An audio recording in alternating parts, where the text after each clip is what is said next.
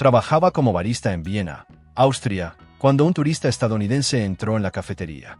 Estaba de muy buen humor. Llevaba una camiseta con la bandera estadounidense y una cámara colgada del cuello, listo para grabar cada detalle de su viaje.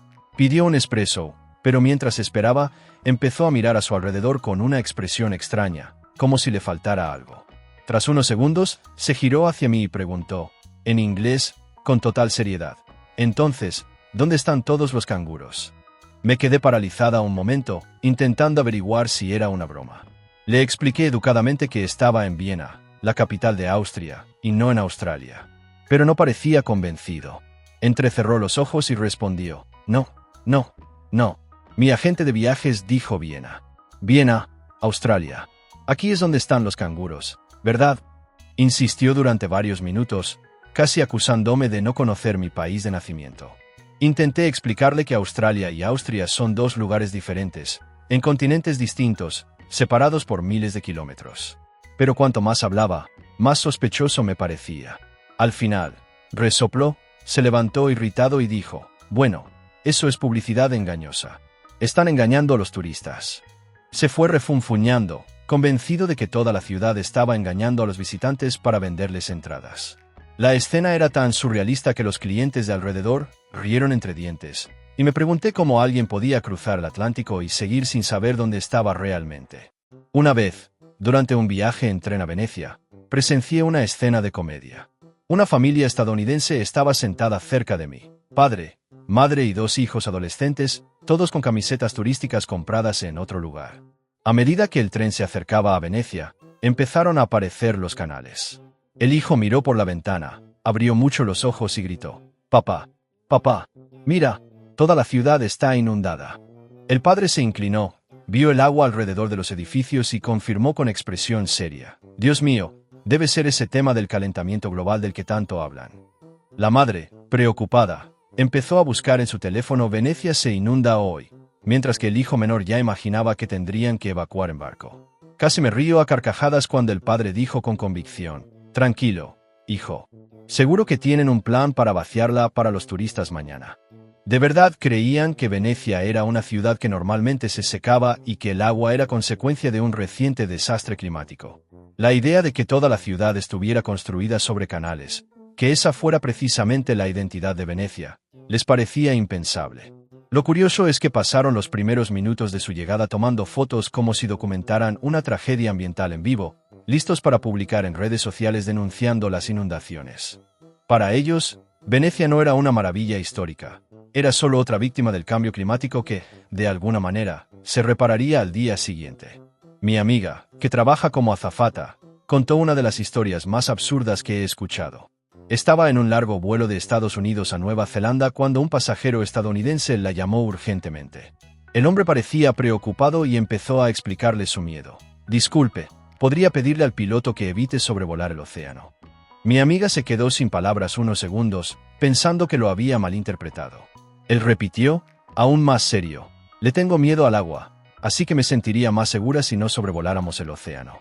Quizás simplemente sobre tierra firme todo el trayecto». Respiró hondo y, con mucha paciencia, abrió el mapa de ruta en el sistema de entretenimiento del avión para mostrarle que Nueva Zelanda es una isla en medio del Pacífico y que simplemente no había otra opción. Pero el hombre no se rindió. «Vale, pero quizás pueda sobrevolar las partes poco profundas del océano. Sería menos peligroso si algo sucede». La lógica estaba tan desconectada de la realidad que mi amiga casi perdió la compostura. Intentó explicar que la profundidad del océano no importaba en una emergencia y que los aviones estaban diseñados específicamente para viajes de larga distancia sobre el agua. Pero insistía, como si el piloto tuviera un botón secreto en el tablero para elegir la ruta sin agua. Sorprendentemente, otros pasajeros oyeron la conversación, y algunos empezaron a reírse entre dientes, mientras él seguía convencido de que su petición era razonable.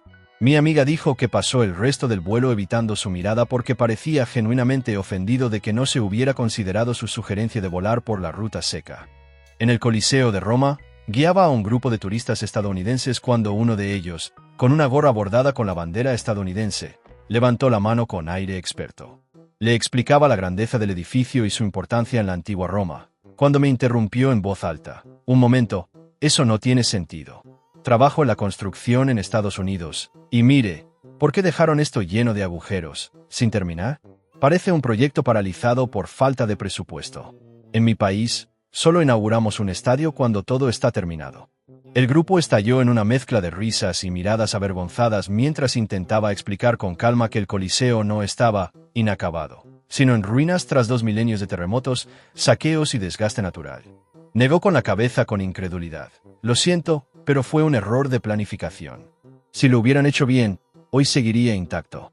Para él, el mayor símbolo de Roma no era una maravilla histórica, sino una obra de construcción mal gestionada. En Pompeya, la escena era aún más increíble. Una pareja estadounidense caminaba lentamente por las calles cubiertas de ceniza, observando los moldes de yeso que preservaban las posturas de las víctimas de la erupción del Vesubio. El guía, con total seriedad, explicó cómo estas figuras eran retratos trágicos de los últimos momentos de hombres, mujeres y niños. El esposo, con los ojos abiertos, señaló una figura contorsionada y dijo: «Increíble, debieron posar antes de la erupción. Mira eso, casi parece que estuvieran preparados para la sesión de fotos». Su esposa añadió con convicción: «Sí, es impresionante cómo lograron capturar tanta emoción en estas esculturas. Es como si posaran sabiendo lo que iba a pasar». Me quedé sin palabras. Para ellos, no eran víctimas reales petrificadas en el tiempo, sino actores disciplinados que decidieron congelarse dramáticamente para la posteridad. Tragedia humana transformada en un ensayo artístico, por la lógica distorsionada de los turistas que veían el mundo como un parque temático. En la Torre de Londres, durante un recorrido por las joyas de la corona, una mujer estadounidense levantó la mano e hizo una pregunta que dejó a la mitad del grupo sin aliento, conteniendo la risa. «Disculpe, pero cuando la reina quiere lucir estas joyas, ¿viene aquí a pedirlas prestadas? ¿Como en una biblioteca? ¿O tiene una llave para abrir la vitrina?» El guía respiró hondo y explicó pacientemente que las joyas se guardaban allí, pero se usaban en ocasiones especiales y se transportaban bajo estrictas medidas de seguridad. La mujer frunció el ceño, decepcionada. «Qué complicado. En mi país tendría una caja fuerte en casa, mucho más práctico». Creía firmemente que la monarquía británica funcionaba como un sistema de préstamo de bibliotecas, con la reina haciendo cola para recoger su propia corona.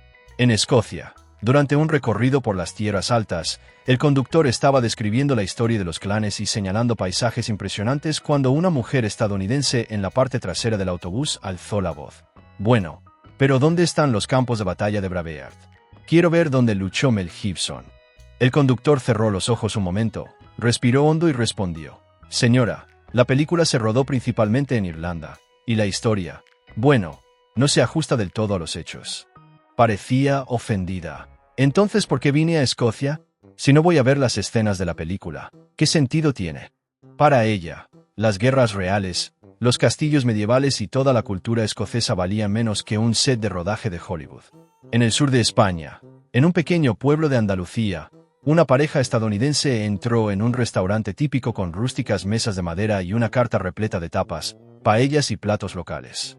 El camarero, acostumbrado a los turistas, les dio una cálida bienvenida.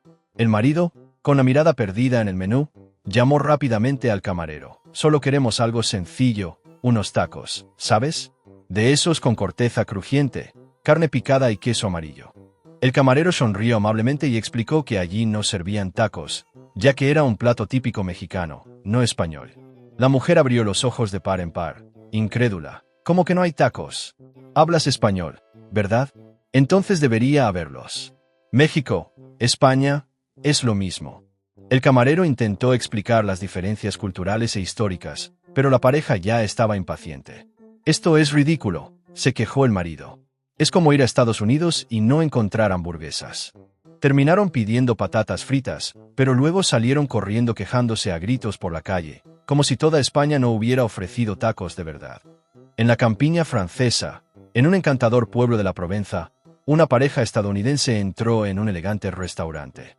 Pidieron una botella de rosado local, un vino fino y famoso de la región. El camarero trajo la botella fría, la abrió con cuidado y sirvió una copa pequeña para degustar. La mujer hizo una mueca e inmediatamente levantó la mano. «Disculpe, pero este vino no está lo suficientemente frío. ¿Podría traerme un cubo de hielo?». El camarero, con esa sonrisa forzada típica de quien ha atendido a muchos extranjeros exigentes, explicó que añadir hielo al vino arruinaría su sabor. La mujer lo interrumpió con desdén. Mire, soy de Texas. Hace mucho calor allí. Si quiero hielo, le pongo hielo. Me está diciendo cómo beber mi propio vino. Su marido asintió. El camarero, resignado, trajo una copa llena de cubitos de hielo. Sin dudarlo, vertió los cubitos en la copa, haciendo que el vino de 50 euros tintineara como un refresco barato. «¿Eso es todo?», dijo, satisfecha. Para los franceses que lo observaban, era como ver una obra maestra vandalizada ante sus ojos. En París, en una de las queserías más tradicionales, un turista estadounidense entró con curiosidad, rodeado de estanterías llenas de quesos artesanales. El vendedor ofrecía con orgullo un trozo de Roquefort, famoso por su intenso sabor y vetas de moho azul. El estadounidense pareció horrorizado y exclamó en voz alta: «Pero esto está podrido. Mire, está cubierto de moho. ¿Cómo puede vender esto? Va a enfermar a alguien». El vendedor intentó explicar, con toda la paciencia del mundo, que el moho formaba parte del proceso de maduración y era responsable del sabor especial del queso. Pero el estadounidense no quedó convencido. «En mi país, tiramos la comida mohosa. Se llama seguridad alimentaria. Debería aprender de nosotros». Salió de la tienda meneando la cabeza, convencido de que se había librado de la intoxicación. A sus espaldas, el francés suspiró, más ofendido por su ignorancia que por la crítica en sí. En Berlín, dentro de una panadería tradicional, un estadounidense examinaba la vitrina de pretzels dorados y crujientes. Finalmente, señaló uno y dijo: «Quiero uno de esos, pero sin sal. Estoy haciendo una dieta baja en sodio». El panadero, confundido, explicó que la sal formaba parte del sabor tradicional del pretzel, pero que podía pedir uno sin ella. Antes de que pudiera terminar, la esposa del turista añadió: «¿Y tienen aderezo ranch para acompañarlo? En Estados Unidos siempre comemos pretzels con aderezo ranch». El panadero abrió los ojos de par en par, sin saber si bromeaba o hablaba en serio. El estadounidense insistió: «Si no tiene aderezo ranch, al menos queso cheddar fundido. Algo normal». El panadero les entregó el pretzel sencillo y sin sal con la expresión de haber presenciado un crimen culinario. La pareja se marchó satisfecha, sin saber que acababan de transformar un símbolo de la repostería alemana en un refrigerio estadounidense de centro comercial. En Ámsterdam, un estadounidense llegó para alojarse en un hotel histórico ubicado en un edificio de más de 300 años en pleno centro de la ciudad. El edificio tenía esas típicas escaleras estrechas y empinadas, que parecían más un legado arquitectónico que una opción práctica. En su primera noche, bajó a recepción hecho una furia. «Esto es absurdo. La habitación es tan pequeña que ni siquiera hay espacio para abrir bien la maleta. Las escaleras son peligrosas, parece como subir por una escalera de incendios. En Estados Unidos, eso sería ilegal». El recepcionista, ya acostumbrado a la situación, le explicó con calma que el hotel era patrimonio protegido y que la estructura no podía modificarse para incluir ascensores ni ampliar las habitaciones. Pero no estaba satisfecho. «Mira, deberían derribar este viejo edificio y construir algo decente, como un Hilton, con ascensor y habitaciones enormes. Es una mala gestión». Regresó a su habitación quejándose de los estándares mínimos de comodidad mientras turistas de otros países se maravillaban del encanto del edificio histórico que tanto le había molestado. En Madrid, un turista estadounidense salió de su hotel sobre las 5 de la tarde, decidido a cenar temprano. Deambuló por varias calles, pero solo encontró bares de tapas, cafeterías concurridas y restaurantes aún cerrados. Irritado, regresó al hotel y llamó a recepción. «Oye, quiero reservar para cenar a las 6 de la tarde, o a las 6:30 como muy tarde.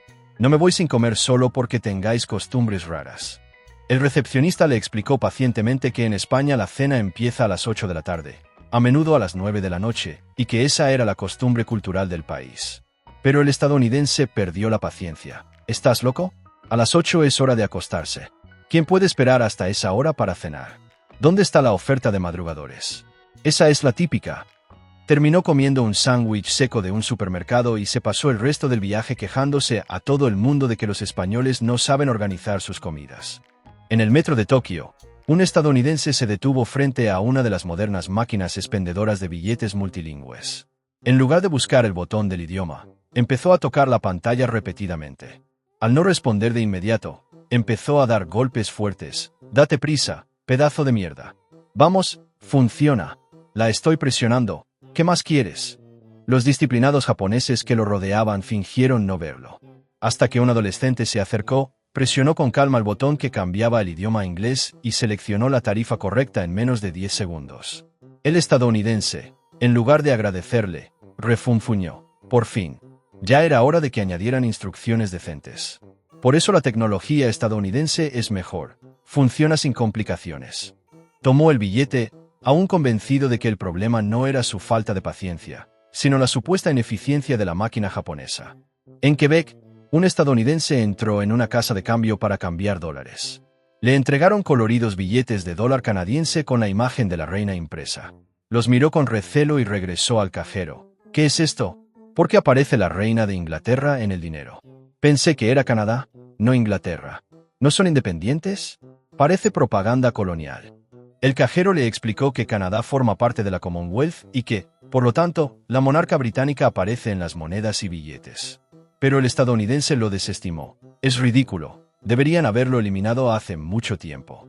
En Estados Unidos, al menos, no ponemos líderes extranjeros en nuestro dinero. Eso es antipatriótico. Se fue enojado, como si hubiera descubierto una falla importante en el sistema canadiense, sin darse cuenta de que el único confundido era él mismo. En un safari en Tanzania, un grupo de turistas observaba en silencio, intentando avistar leones en la sabana dorada. El guía detuvo el jeep, explicó el comportamiento de los animales y pidió paciencia. Aquí todo depende de la naturaleza. No hay un itinerario fijo. Fue entonces cuando un estadounidense alzó la voz desde el asiento trasero. Bueno, ¿pero no pueden simplemente llamar a los animales? Emitir un sonido, no sé, un silbido especial. En el zoológico de San Diego siempre llegan a tiempo. El guía respiró hondo y explicó que estábamos en plena naturaleza, que los animales no estaban entrenados y que podían tardar horas o incluso días en aparecer. Pero el hombre no se daba por vencido. ¿Y qué justifica el precio de este tour? Pagué mucho para ver leones y no hay ninguno. Deberían asegurarse de que aparezcan. En Estados Unidos, cuando pagas por algo, lo obtienes. El pesado silencio dentro del jeep demostró que todos los demás turistas comprendían la ironía de la situación, excepto el propio norteamericano, que seguía quejándose como si la naturaleza le debiera un espectáculo programado. Todavía en Tanzania, otro estadounidense del grupo comparó la experiencia con lo que conocía en casa. Tras casi una hora sin ver jirafas, comentó, ¿sabes que no entiendo? En el zoológico de San Diego, lo ves todo en 10 minutos. Aquí, conducimos kilómetros y no vemos nada. Deberías organizar mejor a los animales. Pon cada especie en una zona y ya está. Sería mucho más fácil. El guía, ya acostumbrado a estas comparaciones, explicó que el safari no era un zoológico. Allí los animales estaban libres. Pero el turista insistió, ¿pero no sería más eficiente? Es decir, todos estarían contentos, los turistas verían a los animales, obtendrías más beneficios. Es solo cuestión de planificación. Parecía creer sinceramente que el continente africano debería reorganizar su propia fauna para que se ajustara al modelo estadounidense de parque temático. En Reykjavik, Islandia, una pareja estadounidense llamó a la recepción del hotel alrededor de la medianoche. La mujer estaba indignada. Miren, el anuncio decía que veríamos la aurora boreal, pero llevo más de una hora mirando por la ventana y nada. ¿Pueden encender las luces, por favor? ¿O quiero que me devuelvan el dinero? La empleada, intentando mantener la calma, explicó que la aurora es un fenómeno natural, que depende de las condiciones solares y atmosféricas, y que no había ningún interruptor para activarla. La huésped se negó. Eso es publicidad engañosa. En Estados Unidos, eso sería una demanda. Si se anuncia, hay que cumplir. No es justo que cruce el océano para ver un cielo negro.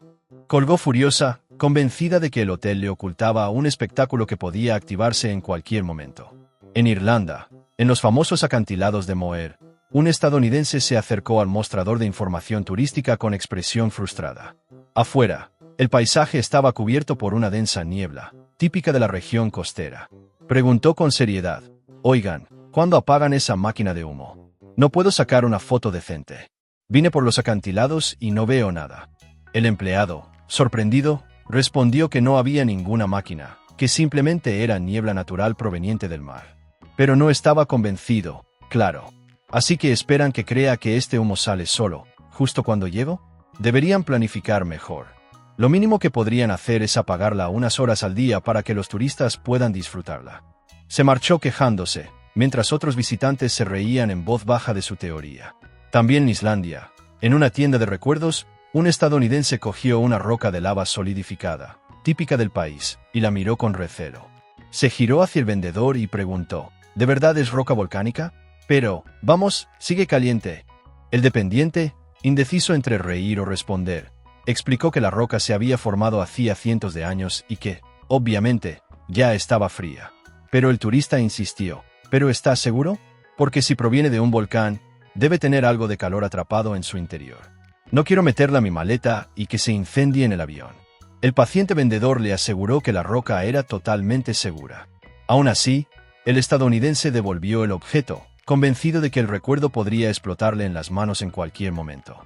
En el mercado de Marrakech, entre faroles de metal tallado y alfombras coloridas, un estadounidense se acercó a un vendedor. El lugareño le dijo el precio en dirhams, pero el turista ya había sacado la cartera y triunfante, le ofreció un billete de $10. Toma, $10. El dólar está más fuerte, así que ganas. Cierra el trato. El vendedor, sonriendo, intentó explicar en francés y luego en inglés que necesitaba la moneda local, que no podía aceptar dólares en el mercado. El estadounidense se indignó. ¿Pero no lo entiendes? Este papel vale más que tu dinero de color. Te está favoreciendo. Si te doy $10, puedes cambiarlos por muchos más dirhams después. Deberías agradecer que gastemos aquí. Cuando el vendedor insistió en negarse, el turista alzó la voz, acusándolo de no entender conceptos económicos básicos.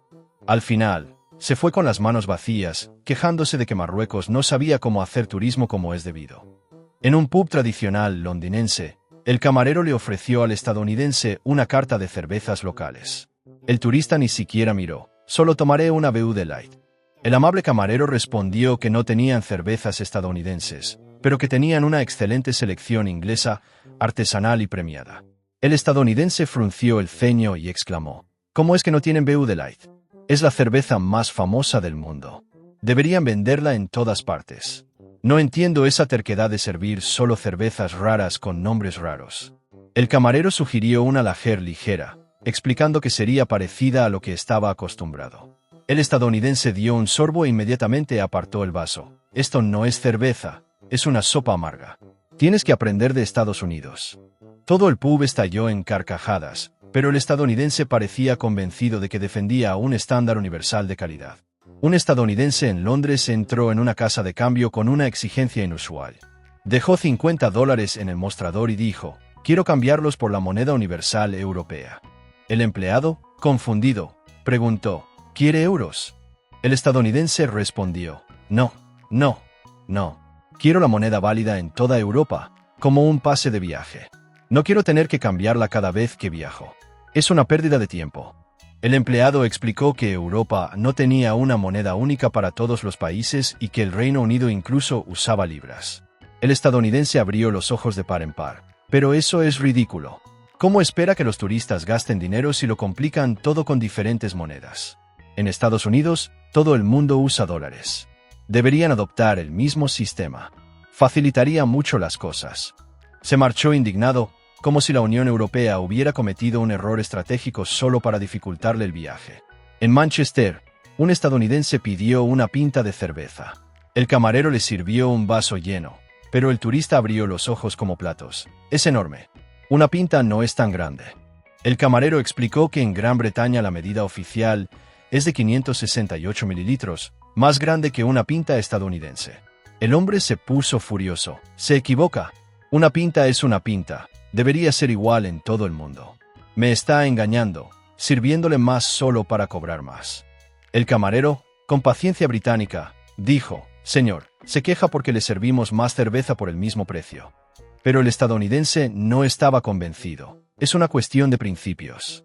En casa, una pinta cabe perfectamente en la mano. Esta parece un cubo. Es incómoda de sostener. Terminó su cerveza, refunfuñando con cada sorbo, como si le obligaran a llevar una carga. En el metro de Tokio, un estadounidense intentó comprar billetes en una máquina, pero desistió. Al ir a pagarle al conductor, abrió un puñado de billetes y monedas de yenes arrugados y exclamó en voz alta, «Aquí tiene, todo parece dinero del Monopoly. Así que adelante, saque la cantidad correcta». El conductor contó pacientemente cada moneda hasta obtener la cantidad exacta y luego le devolvió el cambio. El turista miró los billetes de colores y exclamó, No sé cómo se toma esto en serio. En Estados Unidos, el dinero real es verde, sólido y respetable. Este montón de papel de colores parece un juego de niños. Otros pasajeros rieron en voz baja, pero él seguía convencido de que Japón se había quedado atrás al no adoptar el dólar universal estadounidense. En un pub dublinés abarrotado, un estadounidense entró con orgullo y se dirigió directamente a la barra. Pidió una Black and Tan con la misma naturalidad con la que se pide una cerveza normal en Estados Unidos. Todo el pub quedó en silencio. El camarero, un hombre mayor con un marcado acento, se inclinó sobre la barra y respondió con frialdad. Aquí servimos Guinness y Bass. Puedes mezclarla como quieras, pero no la pidas por su nombre. El estadounidense, sin entender, insistió. Pero yo siempre la pido así en casa. Es solo el nombre de la bebida. Los irlandeses que lo rodeaban intercambiaron miradas serias, porque para ellos, Black and Tan es una referencia directa a las fuerzas paramilitares británicas, odiadas en Irlanda. El turista, sin comprender la gravedad de la situación, intentó argumentar. Tienen que relajarse. En Estados Unidos, a nadie le importa eso. Al final, el camarero sirvió las dos cervezas en vasos separados, y el estadounidense se quejó de que los europeos no entienden de marketing. En los Andes peruanos, una pareja estadounidense estaba sentada en un sencillo restaurante. Cuando el camarero les trajo agua embotellada sin hielo, la mujer miró el vaso con recelo y exclamó en voz alta: «Mozo, se me rompió la fuente. Se me acabó el hielo». El camarero, confundido, explicó que allí el agua se servía a temperatura ambiente, sobre todo teniendo en cuenta el frío de la región. El estadounidense, irritado, replicó: «Pero el agua sin hielo no es agua de verdad. En casa, incluso en invierno, la bebemos con hielo. Necesita modernizar este servicio. Esto me parece una falta de cuidado». El camarero trajo un bol de cubitos de hielo que habían pedido en una máquina especial del hotel de al lado, pero la mujer ya estaba ofendida, quejándose de que Perú no sabe cómo atender a los turistas estadounidenses. Para ella, el vaso de agua sin hielo era prácticamente un insulto. En el esplendor del Palacio de Versalles, mientras turistas de todo el mundo contemplaban embelesados las lámparas de araña de cristal y el Salón de los Espejos, un estadounidense se cruzó de brazos y le dijo en voz alta a su esposa: «La verdad es que esto me parece de mal gusto. Parece la casa de un rapero que ganó la lotería y quiso presumir. Prefiero la sencilla elegancia de la Casa Blanca». Algunos visitantes rieron discretamente, pero el guía francés se mostró visiblemente incómodo. Intentó explicar la grandeza histórica, el poder absoluto de Luis XIV y la importancia arquitectónica del lugar. El estadounidense no se impresionó. «Es excesivo. Demasiada luz, demasiado oro, todo exagerado. Deberías aprender a ser más discreto». Para él, el culmen del refinamiento europeo parecía una imitación mal planeada de Las Vegas. En un viaje por Nueva Zelanda, el autobús se detuvo frente a una vasta llanura cubierta de ovejas. Un estadounidense señaló con entusiasmo y preguntó al guía: «¿Son esas ovejas de lana o de carne?». El guía se quedó perplejo. «Señor, son ovejas comunes, criadas para ambos fines». El turista negó con la cabeza e insistió: «No, no. Pero, ¿cuál produce lana y cuál carne? En Estados Unidos, tenemos gallinas de huevo y de carne, así que deben ser lo mismo». El guía explicó pacientemente que las ovejas son versátiles, pero el estadounidense seguía convencido de que había razas distintas, una para suéteres y otra para barbacoa. Pasó el resto del viaje señalando cada rebaño y preguntando en voz alta: «¿Son de lana o de carne?», como si fuera una opción de menú. En un vuelo de Estados Unidos a Alemania, un estadounidense observaba el mapa de ruta en la pantalla del respaldo. Frunció el ceño y le gritó a la azafata: «Señorita, ¿por qué el avión hace ese giro tan pronunciado por el Ártico? Podría ir recto. En el mapa, la línea recta es mucho más corta. Eso es un desperdicio de combustible». La azafata, con toda la paciencia del mundo, le explicó el concepto de círculo máximo, que en un globo terráqueo, la ruta curva parece más larga, pero en la práctica es la más corta. El estadounidense hizo un gesto con la mano y dijo: «Eso es solo jerga turística. En casa, siempre conduzco recto, nunca giro». Se pasó el resto del vuelo quejándose de que las aerolíneas hacen giros solo para gastar más gasolina y cobrar más. En el archipiélago de las Galápagos, un guía naturalista explicaba la importancia histórica de las islas para la teoría de la evolución de Darwin. Señaló los pinzones, las tortugas gigantes y toda la diversidad única de ese ecosistema. De repente, una mujer estadounidense levantó la mano con impaciencia y exclamó en voz alta: «Señor, puede detener esta propaganda liberal sobre la evolución? En mi estado no creemos en eso. Solo queremos ver a esos pajaritos tan curiosos. La guía, doctora en biología, intentó continuar con diplomacia, explicando que no se trataba de política, sino de ciencia. Negó con la cabeza, se cruzó de brazos y repitió: eso es solo una teoría, no un hecho. Dejen de intentar adoctrinar a los turistas. Finalmente, filmó a las aves y lo publicó en redes sociales, escribiendo: la naturaleza es hermosa, incluso cuando intentan arruinarla con ideologías. En la zona desmilitarizada entre las dos Coreas, un grupo de turistas estadounidenses escuchaba atentamente a un soldado del ejército estadounidense, quien explicaba las tensiones históricas de la zona, las negociaciones y el riesgo constante de conflicto. Uno de los turistas, un hombre corpulento con una gorra blasonada con la bandera estadounidense, levantó la mano y preguntó con naturalidad: pero, sargento, si cruzáramos esta valla y ofreciéramos hamburguesas y libertad, ¿no lo dejarían todos los norcoreanos y se unirían a nosotros? El silencio que siguió fue tan denso que hasta los pájaros parecieron dejar de cantar. El soldado, ya acostumbrado a preguntas inesperadas, suspiró y respondió: señor, le recomiendo encarecidamente que no intente eso. El hombre rió, pensando que había hecho una gran sugerencia, y comentó a sus amigos: a veces el mundo solo necesita una Big Mac y democracia. En una clase de historia universitaria, un estudiante estadounidense interrumpió la explicación del profesor sobre el periodo entre las dos guerras mundiales. Frunció el ceño y preguntó: pero, profesor, ¿no fue la misma guerra? Como si la Primera Guerra Mundial fuera la primera parte y la segunda. ¿No? Como en una película. El profesor respiró hondo e intentó explicar que se trataba de dos conflictos distintos, con causas y contextos distintos. El estudiante, sin embargo, insistió: pero si es global, debería ser uno solo. No tiene sentido cambiar el nombre. Es como la guerra de Vietnam, no hubo segunda parte. Algunos compañeros rieron, otros pusieron los ojos en blanco, y el profesor, visiblemente exhausto, finalmente dijo simplemente: considere, entonces, que el mundo ha ganado una secuela no deseada. El joven escribió en su cuaderno: Primera Guerra Mundial igual a primera parte, Segunda Guerra Mundial igual a segunda parte. Absolutamente claro.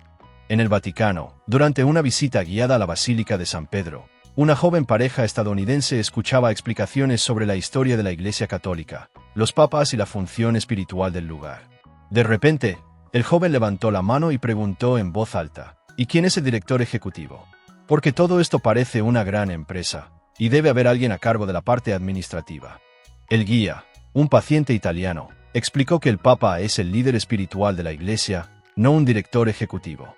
El estadounidense, sin embargo, no quedó satisfecho. No, el Papa parece más bien un portavoz famoso, como un embajador. ¿Pero quién manda realmente? ¿Quién decide los salarios? ¿Quién firma los contratos? ¿Quién manda? Los turistas rieron disimuladamente, pero el guía solo suspiró y dijo: digamos que el director ejecutivo que buscan no tiene oficina en este planeta. El estadounidense escribió en su celular: visiten el Vaticano, busquen el departamento administrativo. Después de todas estas historias, es casi imposible no reír o llorar ante la visión del mundo de algunos estadounidenses. Compran un billete de avión, cruzan océanos, pisan tierras con siglos de historia, pero aún así lo ven todo como una simple extensión de su patio trasero. Para ellos, Versalles parece la casa de un rapero, la aurora boreal debería tener un interruptor, y el Coliseo, bueno, debe ser un proyecto mal diseñado y a medio terminar. Es como si estuvieran viajando físicamente, pero mentalmente nunca abandonaran Estados Unidos. He aquí fica a pregunta, con toda ironía posible: ¿será que algunos viajan de verdad o solo hacen turismo en su propio planeta?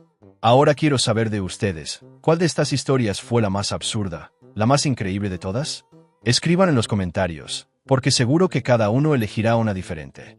Y si te gusta este tipo de contenido, lleno de historias reales, divertidas y sobre todo, con mucha carga cultural, no olvides suscribirte al canal.